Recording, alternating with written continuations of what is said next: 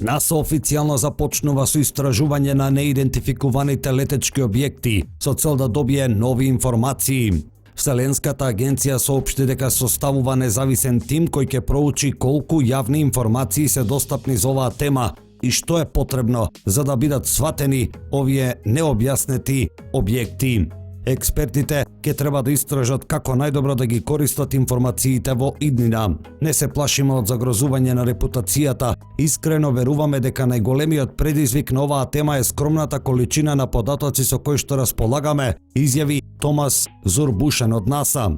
Според нас ова е прв чекор во обидот да се објаснат мистериозните средби на небото со НЛО. Научниците на НАСА велат дека една од нивните главни мисии е потрагата по вонземски живот. Не велат дека со ова ќе го најдат, но во исто време и не исклучуваат такво нешто. Истражувањето ќе започне на есен, ќе трае 9 месеци, ќе чини $100,000 американски долари и ќе биде јавно, без разлика што ќе содржи и строго доверливи воени податоци.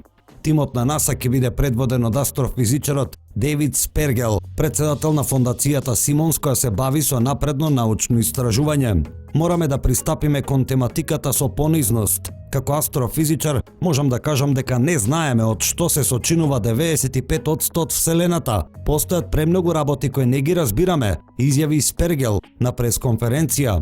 НАСА го избра Дейвид Спергел, кој претходно го водеше одделот за астрономија на Универзитетот Принстон, и Даниел Еванс, постар истражувач во дирекцијата за научни мисии на НАСА.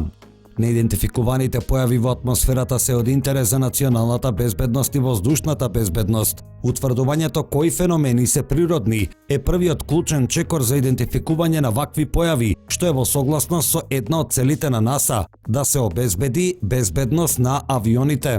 Се вели меѓу другото во официјално соопштение на НАСА.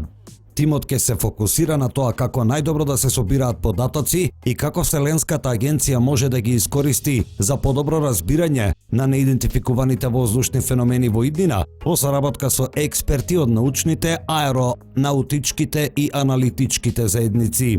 Со оглед на малото наблюдување, нашата прва задача е едноставно да го собереме најсилниот збир на податоци што можеме, рече Спергел. Ова доаѓа една година откако американската влада објави извештај, подготвен од канцеларијата на директорот на национално разузнавање во соработка со работна група за проучување на НЛО феноменот, во кој се тврдеше дека од 144 блиски средби на представници на војската со вакви неидентификувани летечки објекти, објаснет е само еден случај. Исто така, неодамна беше одржано и првото јавно сослушување во Американскиот конгрес на оваа тема по 50 години. Двајца функционери на Пентагон сведочеа на 17 мај на ова прво конгресно сослушување за НЛО по половина век и открија дека во скоро време биле пријавени 400 случаи на блиски средби со НЛО и представници на војската.